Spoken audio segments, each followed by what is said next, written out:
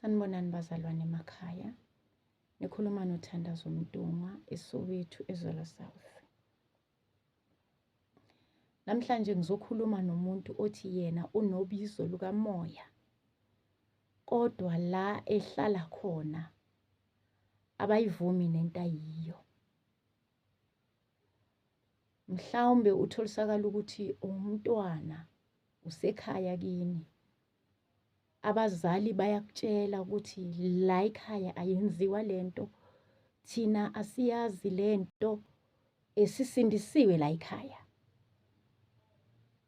Khona abantu abazithola besesimeni esinjalo. Uthola ukuthi umoya ubambile kodwa abazali abayivumi. Wenze njani? Inzima yona. Omunye umuntu angayikhuluma lula ekude engekho ezicathulweni zalomuntu okulesimo. Manje namhlanje ngizokupha isibindi sokuthi qinisela, uncenge abazali, uba-understandise ukuthi babone ukuthi lo moya okuphethe awucelanga, uzithole sowunjalo. Abanye abazali bavuma mase bebona ukuthi umntwana sekayagula. Ngokuba bemthanda umntwanabo bagcine sebehlela ngezansi ukuthi aqhubeke awupractice awulungise lo moya ekhona la ekhaya, kodwa utholisakala ukuthi bona ekujuleni abawuthandi. Kakhulukazi izinto ezenza lokhu kwenziwa yinkonzo esikhonza kuzo, nokumamela kakhulu izinkulumo nezimfundiso eziqhamuka eindaweni ezi-different. Kanti le ndaba beyifuna wena uqobo lwakho ukuthi uzifundele wena iBhayibheli, njengoba sishilo ukuthi lo moya umoya oqhamuka kuNkulunkulu, umoya ongcwele lo okusebenzisayo.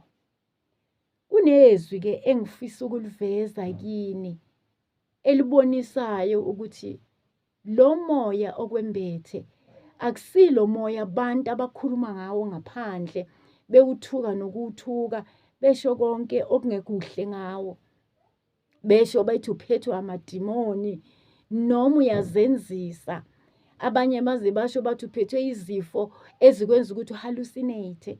Kanti masifunda encwadini kaJoel 2, Joel chapter 2 verse 28. Uthi uNkulunkulu, ngizokwehlisa umoya wami phezu kwayo yonke inyama. Lokhu uthi uzokwenza ey'nsukwini zokugcina, okuyizo ley'nsuku zokugcina esikuzo manje. Uthi ngizothulula umoya wami phezu kwayo yonke inyama.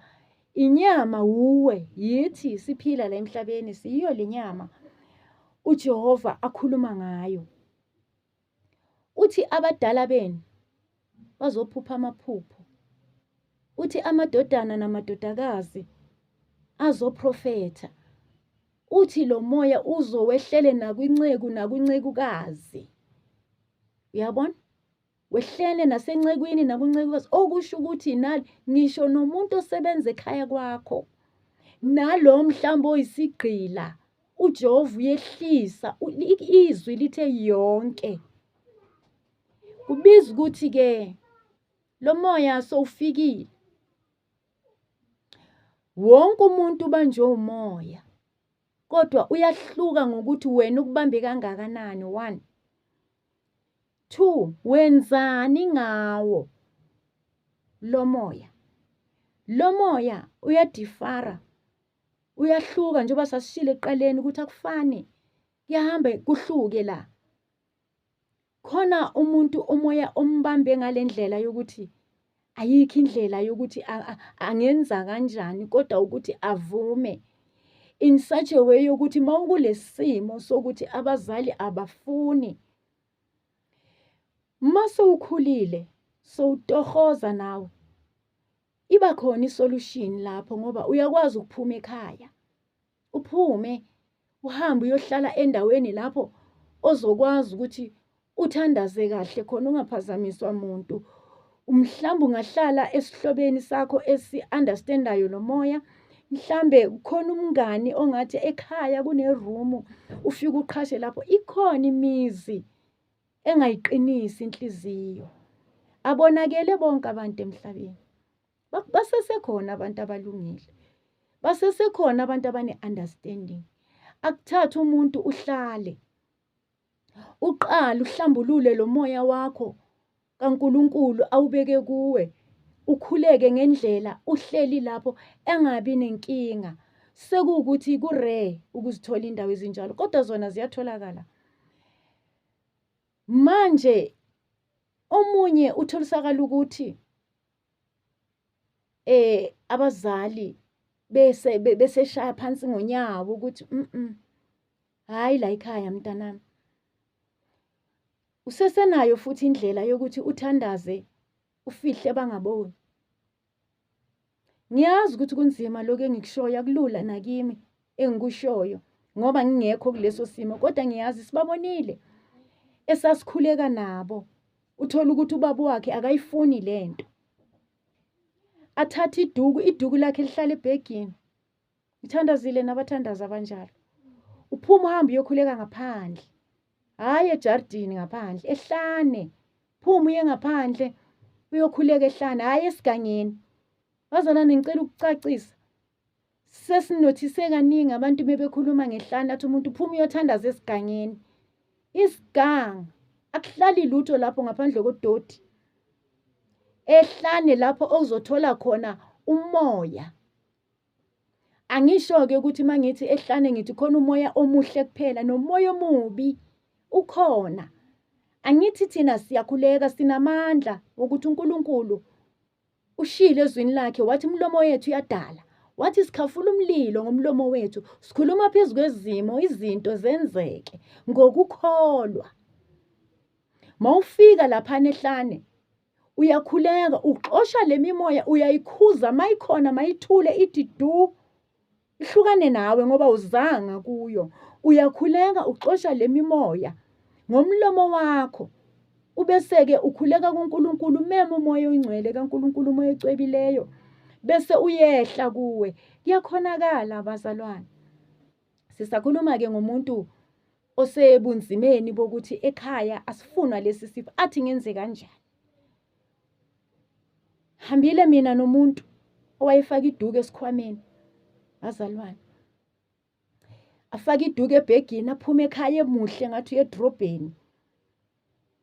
Engathwalanga lutho ekhanda, aphume nge-hairstyle enhle.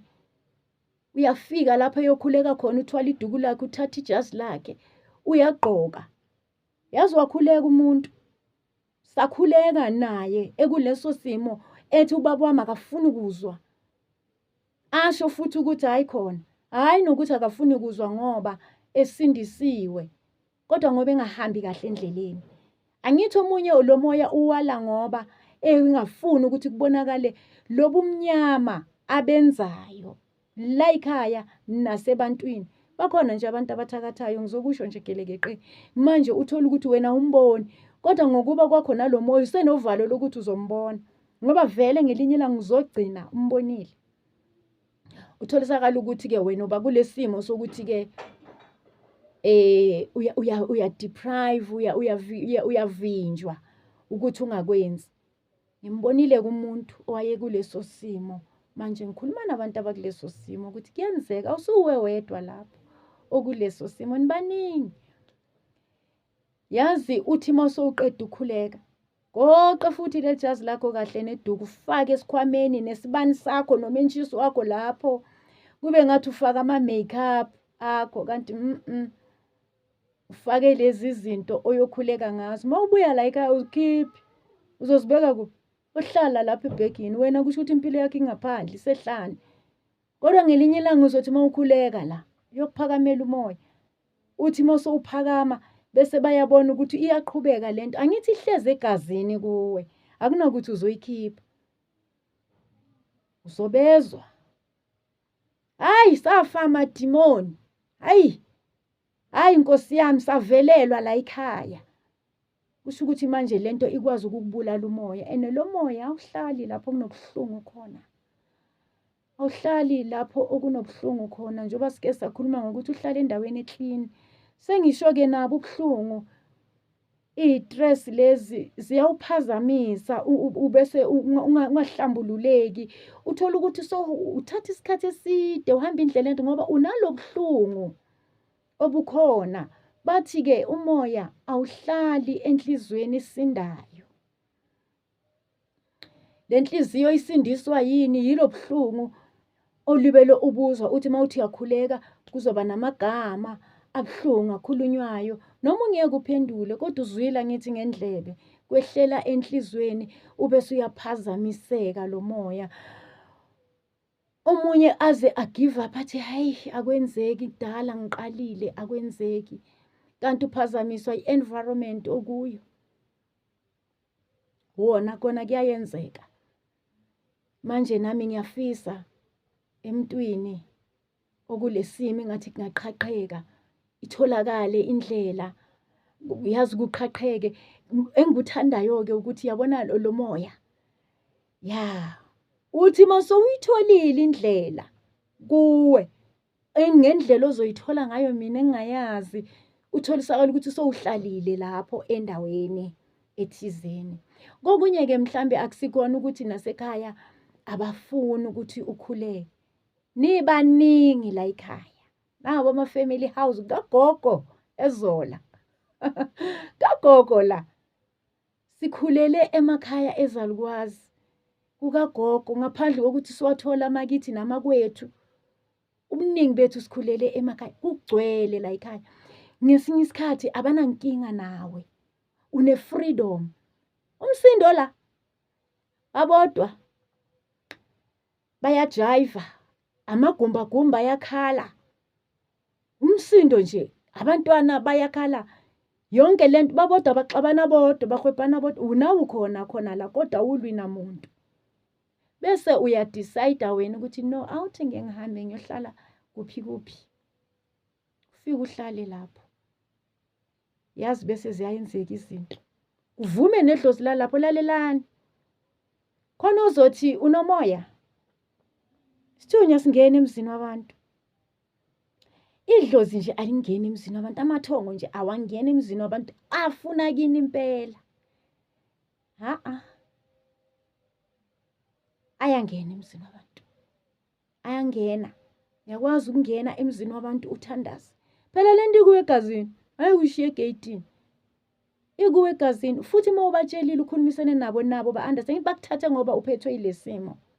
Yonke into yakhe iyayenzeka. Yenzeka into yakho ukhuleke uhlambuluke uze uqede uphothule. Gcine sowuthola indawo yakho. Uzubuya uzobonga. Yazi ugcina uba nobudlelwane nalabo bantu owawuhleli kubo. La baya ababethi thina asifune emadimoni la ekhaya. Asifune ntontoni sofunda ukuthakathi. Sowufunda ubuthakathi uzosithakatha manje. Awani lamaduku, awani hey inzima le ndlela. Abuye uNkulunkulu kulabo bantu.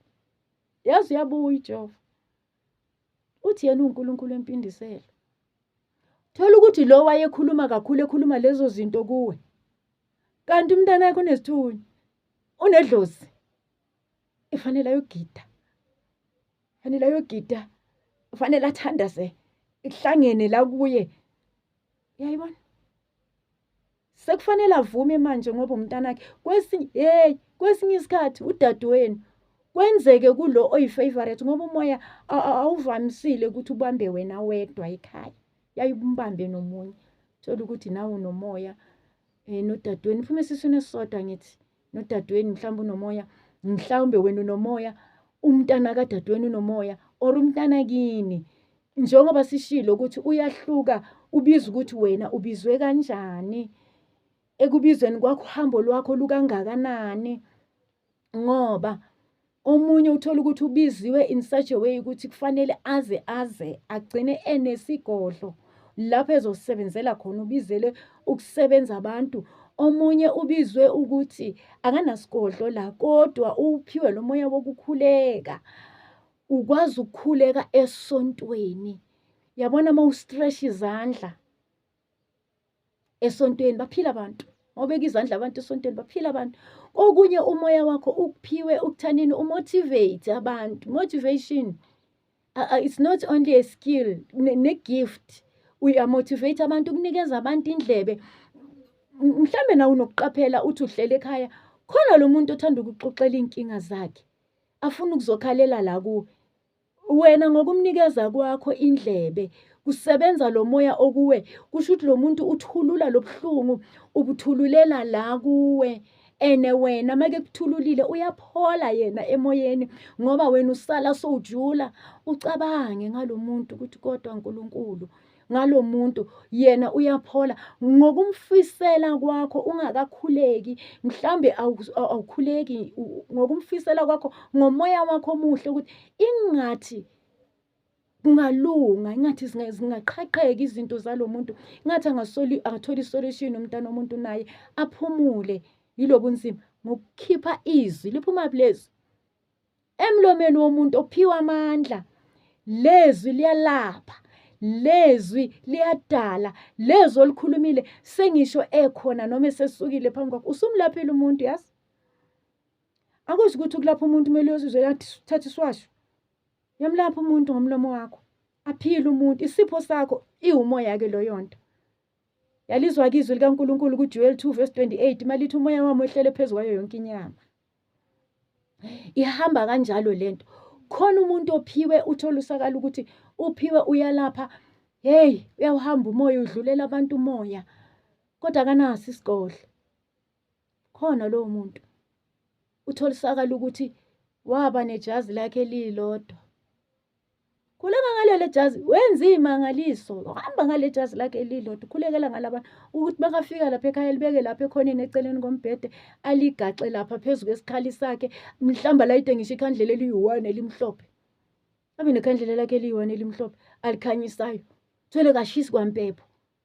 Uthola ukuthi uqanda lomthandazi akaphilisi. Makethi uyakhuleka ziyaqhaqheka izinto. Makethi uyakhuleka ziyenzeka izinto. Siphiwe ngokungafani. Wena kufanele wazi ukuthi uphiwe kanjani, uzozibona ukuthi uphiwe kanjani. Omunye uhlanganisile, omunye umthandazi mngoma, omunye umthandazi nyanga. Kuye ngokuthi yini ephezulu. Sengiphendula nemibuzo engike ngayithola kuma comments. Uthola ukuthi ukuphiwe kokubili kuhlangene la phezu kwakho. Uthola ukuthi mhlambe ubungoma uphezulu, ubuthandazi phansi, usebenza ngako kokubili. Omunye yahlanganisa amakhambi neyiwasho, omunye ubuthandazi phezulu, ubunyanga buphansi. Iba kanjalo, akuvamisanga ukuthi kuhambe koyi-2 draw. Ikanjalo le ndaba. Ngiyathemba senguphendulile umbuzo wakho sihlobo sami. Ya, manje-ke indaba-ke le ihamba kanjalo bazalwane. Nami-ke namhlanje ngizocela ukuthi ngime la, siyophinde sibonane. Inkosi-ke besithele umusa emakhaya, kube ukuthula nozwano, nokubambisana, nokuzwelana, nokuzwisisana. Umoya kaNkulunkulu uhlale phezu kwabantu, bephila abantu. Amen.